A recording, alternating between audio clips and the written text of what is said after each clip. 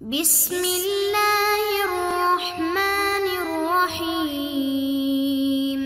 بسم اللہ الرحمن الرحیم۔ السلام علیکم عزیز طلبہ کرام، امید ہے آپ حضرات خیریت سے ہوں گے۔ آج ہمارا صحیح مسلم کا سبق نمبر 42 ہے، جس کا عنوان ہے باب صحت اسلام من لم یغرغر، حالت نزع سے پہلے اسلام کے مقبول ہونے کا باب۔ آگے بڑھنے سے پہلے خلاصہ جات کے اوپر ایک نظر ڈال لیں۔ یہ گزشتہ سبق کا خلاصہ ہے۔ آج کے سبق کے اندر ہم مذکورہ نکات کے اوپر بات کریں گے، تو سبق شروع کرتے ہیں۔ بسم اللہ الرحمن الرحیم۔ وبه قال حدثني حرملة بن يحيى التجيبي قال أخبرنا عبد الله بن وهب قال أخبرني يونس عن ابن شهاب قال أخبرني سعيد بن المسيب عن أبيه قال لما حضرت أبا طالب الوفاة جاءه رسول الله صلى الله عليه وسلم فوجد عنده أبا جهل وعبد الله بن أبي أمية بن المغيرة فقال رسول الله صلى الله عليه وسلم يا عمي قل لا إله إلا الله كلمة أشهد لك بها عند الله فقال أبو جهل وعبد الله بن أبي أمية يا أبا طالب أترغب عن ملة عبد المطلب فلم يزل رسول الله صلى الله عليه وسلم يعرضها عليه ويعيدها له تلك المقالة حتى قال أبو طالب آخر ما كلمهم هو على ملة عبد المطلب وأبى أن يقول لا إله إلا الله فقال رسول الله صلى الله عليه وسلم أما والله لأستغفرن لك ما لم أنه عنك فأنزل الله عز وجل ما كان للنبي والذين آمنوا أن يستغفروا للمشركين ولو كانوا أولي قربى من بعد ما تبين لهم أنهم أصحاب الجحيم وأنزل الله تعالى في أبي طالب فقال لرسول الله صلى الله عليه وسلم إنك لا تهدي من أحببت ولكن الله يهدي من يشاء وهو أعلم بالمهتدين۔ حضرت سعید بن المسیب اپنے والد سے روایت کرتے ہیں کہ جب ابو طالب کا مرض الوفات شروع ہوا تو ان کے پاس نبی کریم صلی اللہ علیہ وسلم تشریف لائے تو ابو طالب کے پاس ابو جہل اور عبداللہ ابن ابی بیٹھا ہوا تھا۔ نبی کریم صلی اللہ علیہ وسلم نے ابو طالب سے فرمایا اے چچا جان لا الہ الا اللہ کہہ دیجئے، میں اللہ تعالیٰ کے ہاں آپ کے لیے گواہی دوں گا۔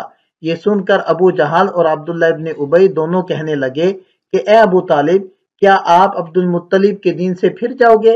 حضور نبی کریم صلی اللہ علیہ وسلم مسلسل کلمہ لا الہ الا اللہ ابو طالب کے سامنے پیش کرتے رہے اور وہی بات کہتے رہے کہ میں اللہ کے ہاں آپ کی گواہی دوں گا، یہاں تک کہ ابو طالب نے جو آخری بات ان سے کہی یہ تھی کہ عبد المطلب کی ملت پر ہوں، اور لا الہ الا اللہ کہنے سے انکار کر دیا۔ حضور نبی کریم صلی اللہ علیہ وسلم نے فرمایا خدا کی قسم میں ضرور ضرور آپ کے لیے مغفرت کی دعا کرتا رہوں گا جب تک کہ مجھے آپ کے لیے مغفرت کی دعا کرنے سے روک نہ دیا جائے۔ پھر اللہ تعالیٰ نے یہ آیت مبارکہ نازل فرمائی ما کان للنبی کہ پیغمبر کو اور دوسرے مسلمانوں کو جائز نہیں کہ مشرکین کے لیے مغفرت کی دعا مانگے اگرچہ وہ رشتہ دار ہی ہوں، ان پر ظاہر ہو جانے کے بعد کہ یہ لوگ دوزخی ہیں۔ اور ابو طالب کے بارے میں یہ آیت اللہ عز و جل نے نازل فرمائی انک لا تہدی من احببت، آپ جس کو چاہیں ہدایت نہیں کر سکتے بلکہ اللہ جس کو چاہے ہدایت دیتا ہے اور ہدایت پانے والوں کا علم اسی کو ہے۔ سب سے پہلے اس حدیث کی سند کے اوپر بات کر لیتے ہیں۔ اس سند کے اندر 6 راوی ہیں۔ سب سے پہلے حرملہ بن یحییٰ التجیبی، دوسرے عبداللہ ابن وہب، تیسرے یونس، چوتھے ابن شہاب اور پانچویں سعید بن المسیب اور چھٹے ان کے والد گرامی یعنی حضرت مسیب۔ تو فرمایا کہ رجال ھذا الاسناد ستہ، اس سند کے رجال ہیں 6۔ سب سے پہلے حرملہ بن یحییٰ التجیبی المصری، ان کا تذکرہ گزشتہ باب کے اندر گزر چکا ہے۔ دوسرے ہیں عبداللہ ابن وہب بن مسلم القرشی، یہ ہیں ابو محمد المصری، یہ ثقہ ہیں، حافظ الحدیث ہیں اور عابد ہیں، زاہد ہیں، فقیہ ہیں۔ اور تیسرے ہیں یونس بن یزید الاموی، یہ بھی ثقہ ہیں، کبار علماء میں سے ہیں۔ اور چوتھے راوی ہیں ابن شہاب، یہ محمد ابن مسلم الزہری الامام الحجہ الفقیہ السبت، یہ ان کا تعارف ہے۔ پانچویں ہیں حضرت سعید بن المسیب بن حزن القرشی المخزومی، یہ بھی فقیہ ہیں اور ثقہ راوی ہیں۔ اور چھٹے ہیں ان کے والد گرامی یعنی حضرت مسیب ابن حزن ابن ابی وہب مخزومی القرشی، یہ حضرت سعید کے والد گرامی ہیں۔ لہو ولی ابیہ حزن صحبت، یعنی حضرت مسیب اور ان کے والد گرامی حضرت حزن یہ دونوں صحابی ہیں۔ وَلَهُ حدیث فی صحیحین، ان دونوں کی ایک حدیث صحیحین کے اندر موجود ہے۔ یہاں سے اس اسناد کے لطائف کو ذکر کرتے ہیں۔ پہلی عمدہ بات یہ ہے کہ یہ مصنف رحمۃ اللہ علیہ یعنی امام مسلم رحمۃ اللہ علیہ کی سداسیات میں سے ہے۔ دوسری چیز، اس کے سارے راوی سیاہ ستہ کے راوی ہیں سوائے امام مسلم رحمۃ اللہ علیہ کے شیخ کے، ان کے ساتھ امام مسلم رحمۃ اللہ علیہ اور نسائی اور ابن ماجہ یہ متفرد ہیں۔ تیسری خوبی یہ ہے کہ ان 6 راویوں میں سے پہلے 3 مصری ہیں اور دوسرے 3 مدنی ہیں۔ اور چوتھی خوبی یہ ہے کہ ابتدا میں اخبرنی کے صیغے کے ساتھ مسلسل 3 راوی اس حدیث کو روایت کرتے ہیں، جبکہ اس روایت کے شروع میں حدثنی ہے، یعنی ابتدا میں تحدیث ہے اور اس کے بعد مسلسل 3 حضرات وہ اخبرنی کے ساتھ روایت کر رہے ہیں، اور اس کے آخر میں عن ہے یعنی عن ابیہ، اور یہ سارے صیغے اتصال والے صیغے ہیں اور عن کے بارے میں بحث پیچھے گزر چکی ہے۔ پانچویں خوبی یہ ہے کہ اس کے اندر تابعی سے روایت کرتے ہیں اور بیٹے اپنے والد سے روایت کرتے ہیں۔ چھٹی خوبی یہ ہے کہ اس روایت میں حضرت سعید ابن مسیب رحمۃ اللہ علیہ تابعین میں سے مدینہ طیبہ کے فقہائے 7 میں سے ایک ہیں، اور فقہائے 7 کا تذکرہ قریب میں گزرا ہے۔ اور 7ویں خوبی یہ ہے کہ حضرت سعید رحمۃ اللہ علیہ اپنے والد سے اس روایت کو کرنے میں متفرد ہیں۔ اس سند کی 8ویں خوبی یہ ہے کہ اس سند میں جو حضرت مسیب رضی اللہ عنہ صحابی ہیں وہ مقلین میں سے ہیں۔ اور 9ویں خوبی یہ ہے کہ جتنے بھی مسیب الفاظ ہیں ان کو یا کے فتح کے ساتھ پڑھنا ہے، لیکن اس روایت کے اندر جو مسیب ہیں ان کو مسیب یا کے کسرہ کے ساتھ پڑھنا ہے، کیونکہ اہل مدینہ وہ سعید ابن المسیب کہا کرتے تھے، جبکہ اہل کوفہ فتح پڑھتے تھے، اور حضرت سعید رحمت اللہ علیہ فتح کو ناپسند کرتے تھے، اور جو مسیب کہہ کے یعنی فتح پڑھتا تھا یہ ان کے خلاف بد دعا کیا کرتے تھے، سیب اللہ من سیب ابی۔ ان اشعار سے بھی یہ بات واضح ہے کہ حضرت سعید مسیب کی فتح کی بجائے کسرہ کو پسند کرتے تھے۔ سند سے فارغ ہو کر اب ہم حدیث کی شرح کی طرف بڑھتے ہیں۔ باب سابق میں مشرکین کو دعوت دینے کا بیان تھا، اور اس باب میں اس بات کا بیان ہے کہ مشرکین کو نزع کی حد شروع ہونے تک دعوت دی جائے گی، اور اس وقت بھی وہ ایمان قبول کر لیں تو مومن کہلائیں گے، اور اس وقت کا ایمان دین و دنیا دونوں جگہ میں کارآمد ہوگا۔ اسی لیے حضور نبی کریم صلی اللہ علیہ وسلم نے نزع سے قبل ابو طالب پر کلمہ توحید پیش فرمایا۔ اس حدیث کے راوی حضرت مسیب ابن حزن مخزومی رضی اللہ عنہ ہیں۔ ابو طالب کے وفات کے وقت حضرت مسیب مسلمان نہیں تھے، ممکن ہے ابو جہل کے ساتھ یہ بھی اس واقعے میں شریک ہوں، پھر مسلمان ہونے کے بعد حضرت مسیب نے اس واقعے کو بیان فرمایا ہو۔ ان سے صرف یہی ایک روایت منقول ہے۔ تو راوی کہتے ہیں کہ لما حضرت ابا طالب الوفات، کہ جب ابو طالب کا مرض الموت شروع ہوا، تو حضرت کا معنی ہے قربت، یعنی وفات کا وقت قریب ہو گیا۔ اس سے حالت نزع اور حالت غرغرہ مراد نہیں ہے، کیونکہ اس وقت کسی کا ایمان قبول نہیں ہوتا اور ایمان لانے کا کوئی اعتبار نہیں، اور نہ ہی دعوت دینے کا کوئی فائدہ ہے۔ جب تک عالم غیب کا پردہ پڑا رہتا ہے تو عالمی دنیا میں شمار ہوتا ہے، تو ایمان کا اعتبار ہوتا ہے، اور جب عالم غیب کا پردہ ہٹ گیا اور عالم غیب کی کسی چیز کا مشاہدہ ہو گیا،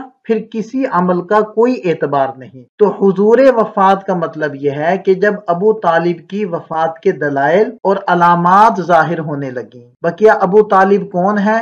تو اگلی سلائیڈ میں ہم دیکھتے ہیں ان کا تعارف۔ اس سلائیڈ کے اندر ابو طالب کا مکمل تعارف آپ دیکھ سکتے ہیں کہ ھذا ہوا ابن عبد المطلب، عبد المطلب کے بیٹے تھے، جو بیٹے تھے ہاشم کے، وہ عبد مناف کے، وہ قصی کے۔ یہ نبی پاک صلی اللہ علیہ وسلم کے چچا تھے اور حضرت علی ابن ابی طالب رضی اللہ عنہ کے والد تھے۔ ابو طالب کے 4 بیٹے تھے، ایک کا نام تھا طالب، جن سے انہوں نے اپنی کنیت رکھی ہے ابو طالب، دوسرے حضرت علی، تیسرے حضرت جعفر، چوتھے حضرت عقیل۔ تو ان 4 بیٹوں میں سے طالب تو مسلمان نہیں ہوئے، کافر ہی فوت ہوئے، جبکہ یہ 3 حضرات حضرت علی، حضرت جعفر اور حضرت عقیل رضی اللہ عنہم اجمعین، یہ تینوں کے تینوں حضرات مسلمان ہو گئے۔ تو ابو طالب کا اپنا نام تھا عبد مناف، اور عبد المطلب کا نام تھا شیبہ، اور ان کو شیبۃ الحمد بھی کہا جاتا تھا، اور ہاشم کا نام تھا عمر، اور عبد مناف کا نام تھا المغیرہ،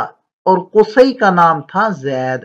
تو یہ نبی پاک صلی اللہ علیہ وسلم کا جو شجر نسب ہے اس کے اندر یہ جو آپ علیہ السلام کے آبا ہیں ان کے ناموں کا یہاں تذکرہ ہو رہا ہے۔ حضور نبی کریم صلی اللہ علیہ وسلم کے والد گرامی حضرت عبداللہ آپ علیہ السلام کی پیدائش سے پہلے ہی وفات پا گئے تھے۔ جب آپ علیہ السلام کی پیدائش ہوئی تو آپ کی کفالت آپ کے دادا عبد المطلب نے کی، ان کے بعد آپ علیہ السلام کے چچا ابو طالب نے کی، اور یہ آپ علیہ السلام سے بہت زیادہ محبت کیا کرتے تھے اور ہر طرح کی آپ علیہ السلام کی حفاظت کرتے تھے اور آپ علیہ السلام کی مدد کیا کرتے تھے، آپ علیہ السلام کا ساتھ دیا کرتے تھے، مشرکین سے، کفار سے آپ علیہ السلام کی ہر طرح حفاظت کیا کرتے تھے۔ یہاں تک کہ جب مشرکین نے جمع ہو کر یہ مطالبہ کیا کہ حضرت محمد صلی اللہ علیہ وسلم کو ان کے حوالے کر دیا جائے تو ابو طالب نے اس بات کو نہ مانا، حتیٰ کہ جب مشرکین نے مسلمانوں سے مقاطعہ کیا اور شیب ابی طالب کے اندر رہنے پر مجبور کر دیا تو ابو طالب اس حالت میں بھی 3 سال مسلمانوں کے ساتھ رہے،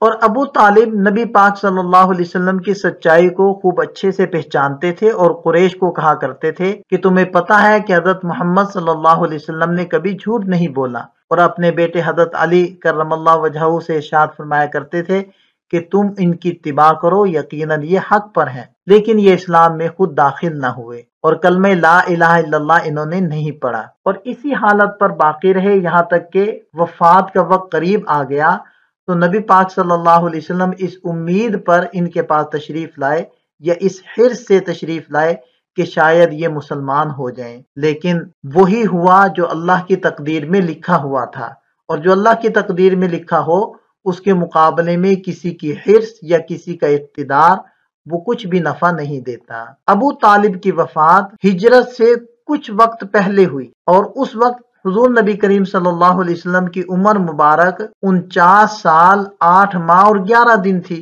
اور ام المؤمنین حضرت خدیجہ الکبریٰ رضی اللہ عنہا ابو طالب کی وفات سے 3 دن بعد فوت ہو گئیں۔ اسی وجہ سے نبی پاک صلی اللہ علیہ وسلم اس سال کو عام الحزن فرمایا کرتے تھے، یعنی غم کا سال۔ تو جب آپ علیہ السلام تشریف لائے تو ابو جہل اور عبداللہ ابو طالب کے پاس موجود تھے۔ نبی پاک صلی اللہ علیہ وسلم نے کہا، اے چچا جان، آپ لا الہ الا اللہ کہہ لیجئے، یہ ایسا کلمہ ہے کہ میں اس کے ذریعے اللہ تعالیٰ کے پاس آپ کے لیے گواہی دوں گا۔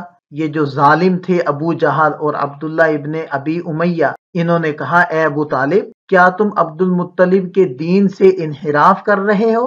ترغبو کے اندر جو حمزہ ہے یہ استفہام انکاری کا ہے، یعنی اتعرض عنہا وتترکھا، کہ کیا تم عبد المطلب کے دین سے اعراض کر رہے ہو اور اس کو چھوڑ رہے ہو؟ اور رغبہ جب ان کے صلہ کے ساتھ استعمال ہوتا ہے تو اس کا معنی ہوتا ہے اعراض کرنا، یعنی اذا لم یرید ہو، جب آدمی اس کام کا ارادہ نہ کرے تو کہتے ہیں رغب عن فلان، اور جب کسی کام کا ارادہ کرے تو کہتے ہیں رغب فیہ، اس نے اس کام کے اندر رغبت دکھائی۔ یہاں تک کہ ابو طالب نے آخری بات یہ کہی، وہ علی ملت عبد المطلب، وہ عبد المطلب کے دین پر ہی جا رہے ہیں۔ وَأَبَا ای امتنع ابو طالب، یعنی ابو طالب لا الہ الا اللہ کہنے سے رک گئے، باز آ گئے اور انہوں نے یہ کلمہ نہ کہا۔ یہ بطور تاکید کے راوی نے فرمایا، ورنہ یہ والا مفہوم تو ان الفاظ سے بھی سمجھ میں آ جاتا ہے کہ ابو طالب کی آخری بات یہ تھی کہ وہ عبد المطلب کے دین پر ہی باقی ہیں۔ وَأَبَا أَن يَقُولَ لَا إِلَهَ إِلَّا اللَّهُ، تو ابو طالب نے لا الہ الا اللہ نہ کہا،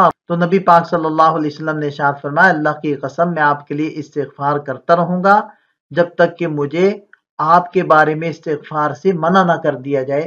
تو اللہ تعالیٰ نے یہ آیات نازل فرمائی جن کے اندر صراحت کے ساتھ آپ علیہ السلام کو استغفار سے روک دیا گیا۔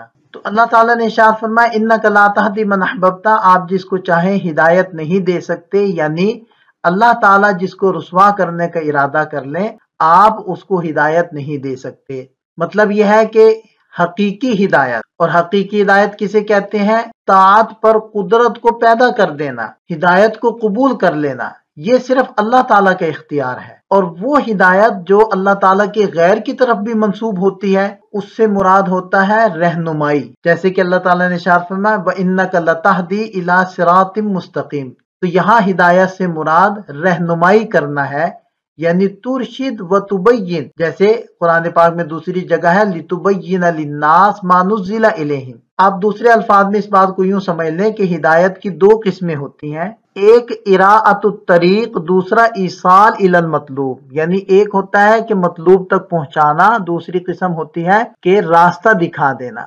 تو نبی پاک صلی اللہ علیہ وسلم کے بس میں پہلی قسم تو ہے کہ راستہ دکھا دینا، لیکن دوسری قسم یعنی ہدایت کی دوسری قسم کہ مطلوب تک پہنچا دینا، یہ آپ علیہ السلام کے بس میں نہیں ہے۔ اور امام نووی رحمۃ اللہ علیہ نے ذکر کیا ہے کہ مفسرین کا اجماع ہے اس بات پر کہ یہ آیت مبارکہ ابو طالب کے بارے میں نازل ہوئی ہے۔ اس حدیث سے متعلق چند مسائل کو ذکر کیا جاتا ہے۔ یہ حدیث متفق علیہ ہے۔ امام مسلم رحمۃ اللہ علیہ نے کتاب الایمان میں اس کو ذکر کیا ہے، امام بخاری رحمۃ اللہ علیہ نے بھی تفسیر میں ذکر کیا ہے، اور امام نسائی نے، امام احمد اور ابو نعیم اور ابو عوانہ، ان تمام حضرات نے اس حدیث کو نقل کیا ہے۔ تیسرا مسئلہ اس کے فوائد کے بارے میں ہے۔ ان میں سے پہلا فائدہ یہ ہے کہ اس میں واضح دلیل ہے اس بات کے اوپر کہ جس شخص کے اوپر علامات موت ظاہر ہو جائیں لیکن ابھی نزع یا غرغرہ کی حالت نہ ہو تو اس کا ایمان مقبول ہے۔ دوسرا فائدہ یہ حاصل ہوا کہ جو شرک پر وفات پا گیا تو وہ جہنمی ہے اور کوئی چیز اس کو جہنم سے بچا نہیں سکتی۔ تیسرا فائدہ یہ ہوا کہ اگر کوئی بندہ ساری زندگی کوئی عمل خیر نہ کرے لیکن اس کی زندگی کا آخری کلمہ لا الہ الا اللہ ہو گیا تو اس کے اسلام کو حکم لگا دیا جائے گا اور مسلمین کے احکام اس کے اوپر جاری کر دیے جائیں گے۔ اور ہمیں یہ فائدہ بھی حاصل ہوا کہ انسان کا عمل وہ انسان کو فائدہ دیتا ہے، اس کا نسب فائدہ نہیں دیتا۔ اور یہ فائدہ بھی حاصل ہوا کہ محبت ایمانیہ وہ انسان کو نفع دیتی ہے، محبت طبعیہ نفع نہیں دیتی۔ ابو طالب کو نبی پاک صلی اللہ علیہ وسلم سے محبت طبعیہ تو تھی، محبت ایمانیہ اور شرعیہ نہیں تھی، اس لیے انہوں نے آپ علیہ السلام کا اتباع نہیں کیا۔ اور یہ فائدہ بھی حاصل ہوا کہ شرک اعمال خیر کو برباد کر دیتا ہے، اور یہ بھی پتہ چلا کہ مشرکین کے بارے میں استغفار کرنے کی ممانعت ہے، اور آیت مذکورہ کا سبب نزول بھی ہمیں پتہ چل گیا، اور کچھ منافع بھی اس حدیث پاک سے ہمیں حاصل ہوتے ہیں۔ یہاں ہمارا سبق مکمل ہو جاتا ہے۔ ایک نظر خلاصے کو دیکھ لیں۔ یہ سبق سے متعلق چند سوالات ہیں، ان کے جواب بھی تحریر کریں۔ ملتے ہیں نئے سبق کے ساتھ۔ اللہ تعالیٰ ہم سب کا حامی و ناصر ہو۔ دعا میں یاد رکھیے گا۔ السلام علیکم۔